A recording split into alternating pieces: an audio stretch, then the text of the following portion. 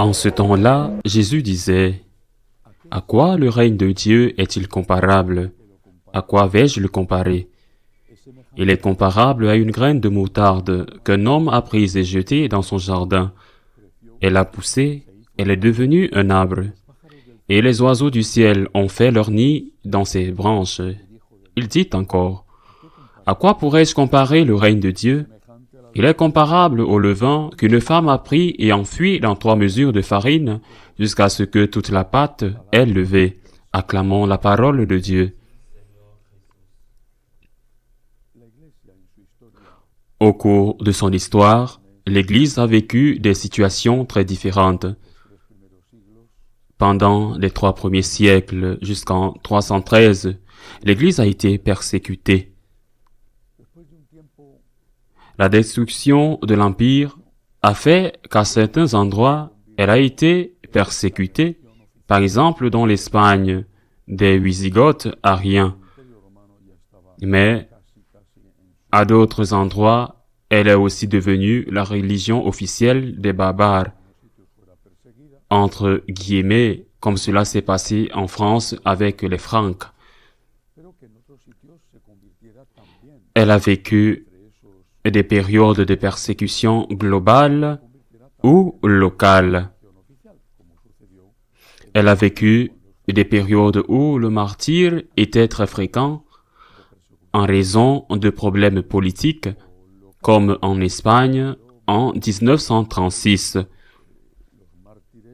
avec les attaques terribles et cruelles des socialistes, des communistes et des anarchistes, ou au Mexique, qui a engendré le soulèvement de la Cristiada pour défendre la religion.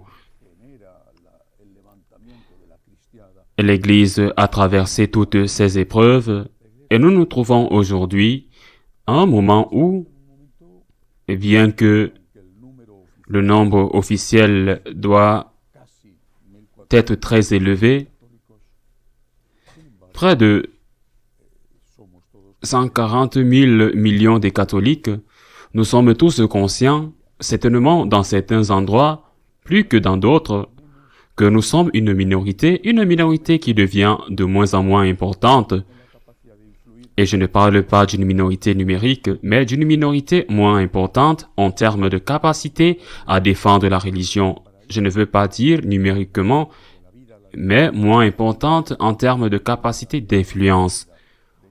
Non pas parce que nous créons du pouvoir, mais parce que nous voulons influencer en faveur de certaines lois qui sont bonnes pour l'humanité. Les lois en faveur de la vie, les lois en faveur de la famille. Et nous n'avons plus cette capacité d'influence avec une grande douleur et de graves conséquences pour la société.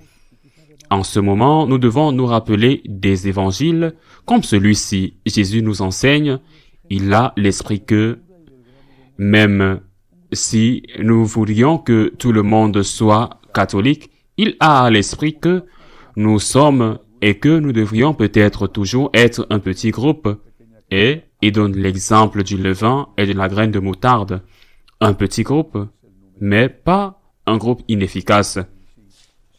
La graine de moutarde devient grande, le levain fermente, la pâte, la lumière, même si elle est petite, brille. La question n'est pas le nombre, la question est en soi. Nous sommes capables de faire lever la pâte. Si nous sommes capables d'illuminer les ténèbres, et pour cela, nous devons voir la vie en nous, nous devons laisser l'Esprit Saint briller en nous pour que notre lumière, la lumière de l'Esprit Saint à travers nous, illumine tout le monde dans la maison, la famille et la société. Comment faire cela? Comment faire en sorte que l'Église, en tant que structure, en tant que famille, le fasse? Peut-être que cela ne dépend pas de nous, bien que nous puissions sentir que la division interne de l'Église, cette terrible division dans laquelle nous vivons, cette division ne contribue pas à être la lumière du monde parce que, pour beaucoup, c'est le monde qui est devenu leur lumière. Mais je suis très intéressé à regarder ce que je peux faire, ce que l'Église devrait faire. c'est à celui qui a le pouvoir. La première chose est d'appliquer ces mêmes exemples à la personne. Pour moi, il y a une pâte et il y a un levain. Le levain est la parole de Dieu. Le levain est Dieu lui-même en moi. Par exemple, quand je reçois la communion, est-ce que je permets à Dieu d'agir en tant que Dieu en moi? Est-ce que je lui permets de me faire lever, de me transformer, de me changer? L'exemple de la graine de moutarde est similaire, mais avec une différence. Vous pouvez mettre la graine de moutarde au milieu d'une rue dans le ciment. La pauvre graine de moutarde ne fait rien. Vous pouvez même jeter de la terre sèche dessus. La graine de moutarde ne fait rien. Elle a besoin de soins. Que dois-je faire pour que la graine que le Seigneur a mise en moi, avec le baptême, avec l'éducation que j'ai reçue à la maison, à l'école, avec tant de bons prêtres que j'ai rencontrés, avec tant de frères magnifiques qui m'entourent, que dois-je faire pour que cette masse change, pour que cette graine fructifie et devienne grande? Pour collaborer avec la graine qui est le mot collaborer avec le semeur.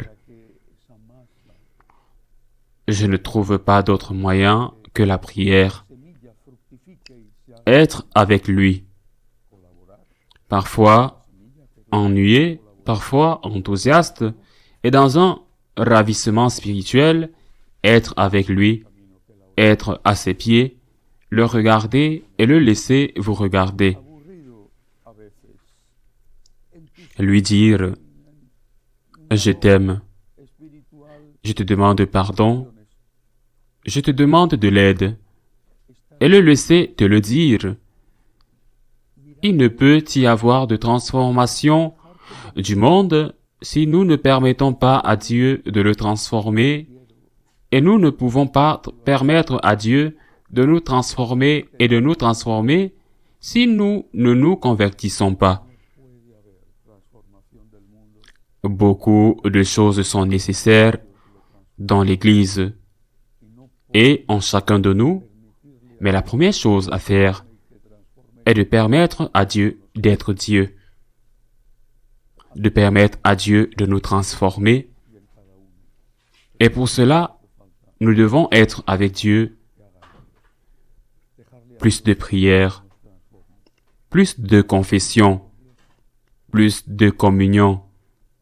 Pour chacun de nous et pour l'Église, plus de Dieu, afin que Dieu puisse faire le travail qu'il doit faire, qu'il veut faire en chacun de nous, et dans l'ensemble, à travers nous, dans l'ensemble qu'est la société.